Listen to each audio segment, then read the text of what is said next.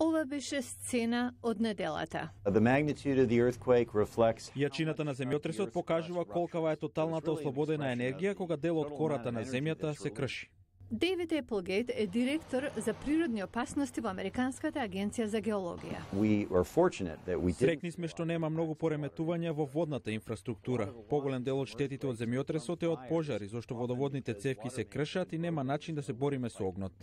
Applegate вели дека времето на земјотресот може да спасило многу животи. Се случи среден ноќ. Често зградите паѓаат на тротоарите, сега тротоарите беа празни. Ова е среќа, вели Applegate, зашто земјотресите се до некаде изненадувања. Краткорочно прогнозирање не е можно, но знаеме каде големи земјотреси се случуваат. А тоа значи дека научниците можат да предвидат процентна можност каде ќе се случи голем земјотрес во наредните неколку децении. Кога тој ќе започне, научниците можат да ги предупредат оние кои се на неговиот пат. Кога ќе започне ги имаме карактеристиките на настанот. Се работи само за 10-20 секунди пред земјотресот да погоди одредено подрачје, но Applegate вели дека тоа може да ви го спаси животот.